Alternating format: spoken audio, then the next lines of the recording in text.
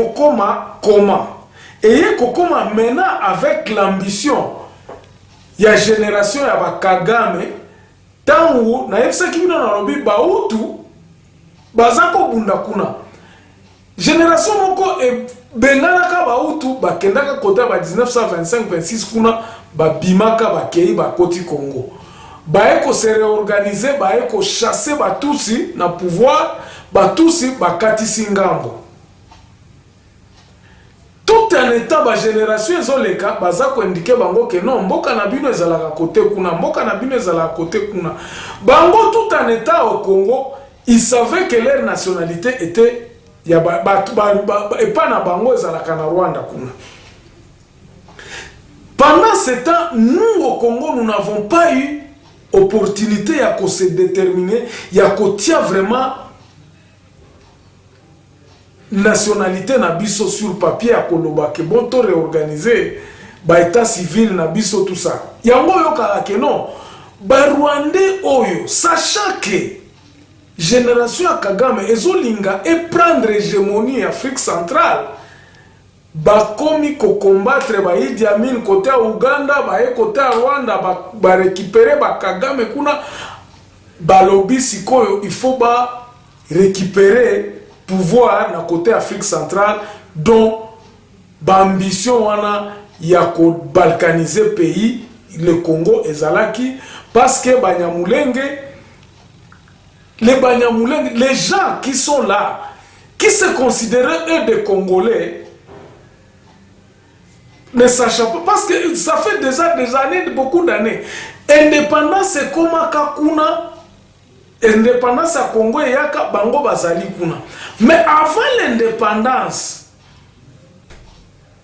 bamona ka ba réfugié bauti Rwanda bae kozwa asile et pas na bango.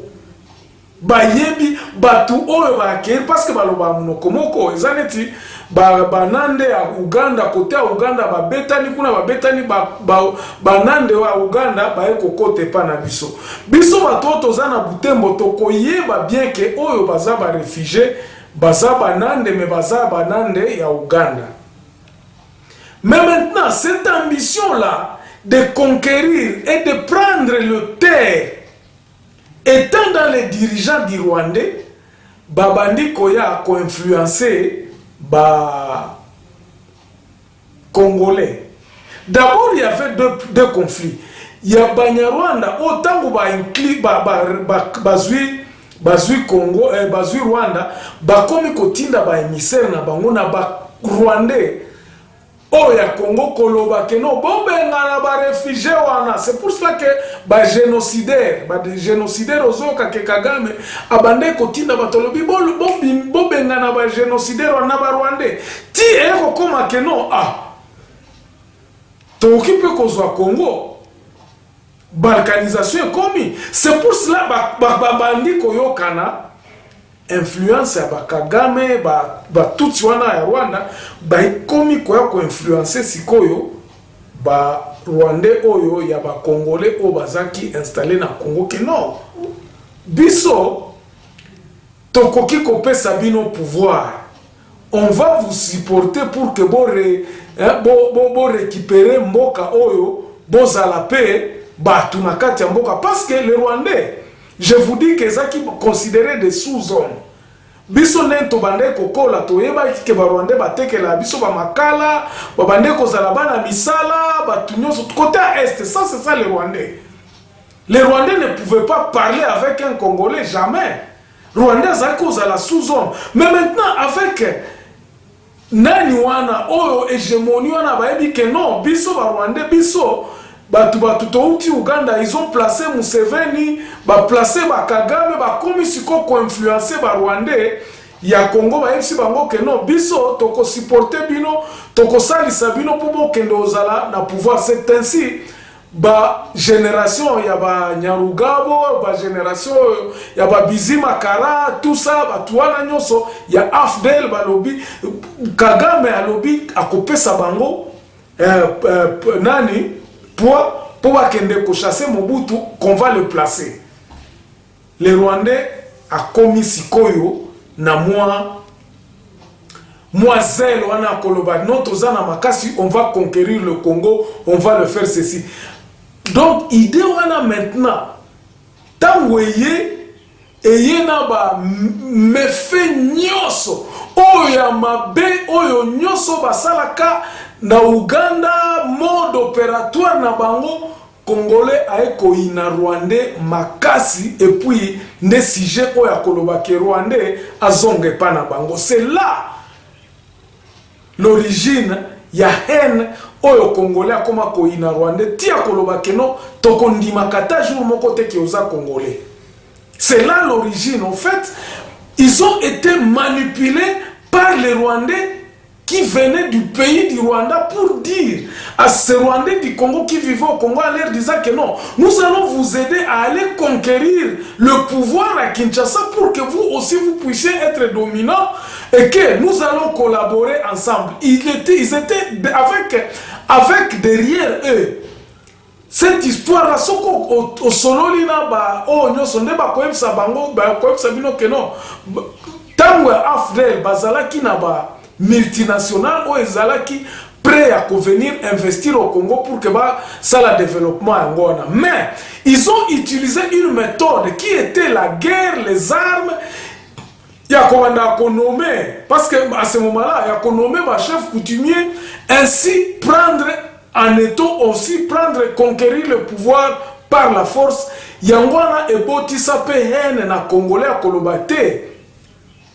Munyarwanda des fois zonge panae. Ça ne commence pas hier, ça a commencé. Si vous allez batu onyo so ba vieux onyo so tu ba yebi bazo reconnaître comment Nyamwisi Moving, pas Nyamwisi Mbusa, Nyamwisi le grand frère de Mbusa. Nyamwisi Moving, dans son mémoire à fin d'études dans l'université à Lubumbashi, il avait démontré que les Tutsis, il y avait des Tutsis qu'on appelait les Tutsis congolais qui existaient au Congo. Azalaka camarade à Barwakabuba, Azalaki camarade à Mobutu pour supporter les Tutsis. Parce que c'est à ce moment-là que tant que les Tutsis va comme Koboma, tant que les Tutsis va comme qu'on s'est distingué dans le carreau avec les Rwandais, les Nandais, na côté à Goma, comment ils assassinaient les gens, comment ils étaient, qu'on s'est distingué na Babylone, quoi na amnani, des Congolais à Ekolobate. D'ailleurs, yo, Zalaka Awate, d'ailleurs, mais maintenant, tout rebondir maintenant pour Kolobate, solution est années. Qu'est-ce qui peut nous séparer et comment nous pouvons enterrer le hache de guerre entre les Rwandais et pour dire que non, bon, ok, situation oyo est possible. J'avais proposé déjà dans le temps, Yakoloba, qu'il faut tout ça le recensement et que le recensement soit tribal. Donc, chaque tribu va se recenser, tribu na biso ya boba congolais botoza boyeboyebo. Côté Moulenge, Banyamulenge va se recenser bazala. Parce que parmi les Banyamulenge, yebi ke ba Rwandais bazali, ils sauront dire que non, ça ce sont des Rwandais qui ont la nationalité rwandaise, qui ne sont même pas concernés de la nationalité congolaise. Parce que jusqu'aujourd'hui, Batumususu Oyo, baza komi benga Banyamulenge, bakenda ka Rwanda, bakenda kuna baza na bakoko na bango, baza na ba oncle na bango, récemment baza kuna baza na bandaku, mais ils viennent na intérêt nini bafani na Congo justement pour leur donner que bazala na facilité à kozala. Au moins baza côté kuna bazala na pouvoir na Congo et que bakoki kozala na étiquette wana kozloba que non. En étant congolais Munyamulenge, je peux avoir des postes ou bien Torozalaboena Kinshasa. C'est ça justement le problème. Donc, si l'identification, Yekobiko Kosalama, na kati ya Banyamulenge bango moko, parce qu'ils connaissent que non, yoza Rwandais, yoza Congolais, yoza Rwandais, oza mutusi ya kuna, yo o awa bazaba tous ya koto ezana côté mususu neti ba côté ya Ruchuru kuna batuana ils n'ont rien à faire foutre avec les Rwandais qui sont au Rwanda. Bazata na eloko mon côté à kolobate que non, ba okiko kende kuna ko. Mais avec tout simplement la langue, mais ce sont des gars qui ont plus de 3, 4, 5 générations au bazana masisi. Ils peuvent s'identifier, ba okiko s'identifier na bango et que tout protéger sikoyo database ya identification à congolais na nationalité congolaise na biso ba congolais toyeba ko gérer yango toyeba ko proposer que non celui-ci c'est un Mutusi mais ce n'est pas un congolais, celui-ci c'est un Mutusi mais ce n'est pas un Rwandais.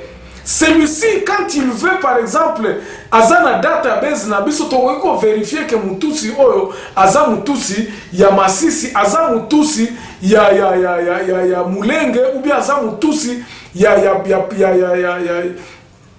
nani, ya Kavumu, tout ça. Parce que Kavumu aussi, il y a des Batusi là-bas. C'est un peu ça, ma réponse et ma réplique à email et à. Il y a papa Oyo à Tuna Kinga ici.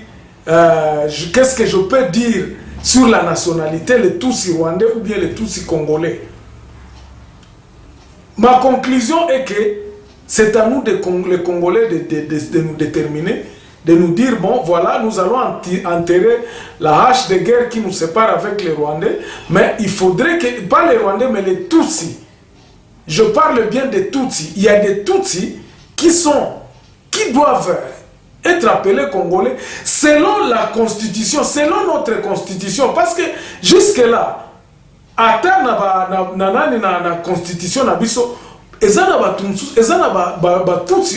depuis 1929, baza déjà na Congo. Bazali, quand nous regardons, vous allez aller partout là, ils ont vécu avec les rois de Babembe, Orokende kuna okutata ba roi Babembe, il y a de génération en génération, aussi on pouvait les interroger, ou même les écrits, si nous pouvons aller dans les écritures des grands écrivains qui ont écrit sur les grandes migrations, vous allez voir, même dans ceux qui ont écrit avec les langues qui se retrouvaient dans la République du Congo, nous retrouvons là des langues Yabatutsi et Zalaki. Quand vous parlez les Hema, quand vous parlez dans le Haut-Zaïre là-bas, vous allez voir que ce sont des peuples nilotiques. Et il y a une portion, et on dit que c'est ce 2% ou 3% de la population du Congo, il y avait des peuples nilotiques qui existaient. Voilà ma réponse. Donc, à nous, les Congolais, de nous déterminer et de dire que non, totika makamwana kobomana, totika na makamwana koloba, oh boy. Il faudrait que le Congo puisse se déterminer sur cette question de nationalité et l'identification surtout, et protéger l'identité congolaise. Le mois passé, j'avais parlé sur l'identité congolaise. Qui est congolais, qui ne l'est pas. Nous devons nous déterminer et nous devons savoir que et que si nous implémentons ça et que si nous sommes sérieux, nous pouvons jamais un problème. L'exemple typique est qu'ici en Afrique du Sud, il y a des Tchouana qui sont au Botswana, il y a des Tchouana qui sont en Afrique du Sud ici, qui se considèrent comme des Sud-Africains. Il y a des Tchouana qui sont, à Iswateni ici, ce qu'on appelait le Swaziland. Il y a des Swazis qui sont des Swazilandais, hein, des Iswatini, et il y a ce même peuple-là se retrouveront en Afrique du Sud. Mais il faudrait que l'État puisse savoir implémenter les lois et les règles et les limites de son pays. C'est ça, ces lois-là, qui aideront au peuple de se dire que Ngai naza congolais et naza na droit à boy, selon la constitution qui nous régit tous. Au revoir, on se retrouve la semaine prochaine pour un nouveau numéro.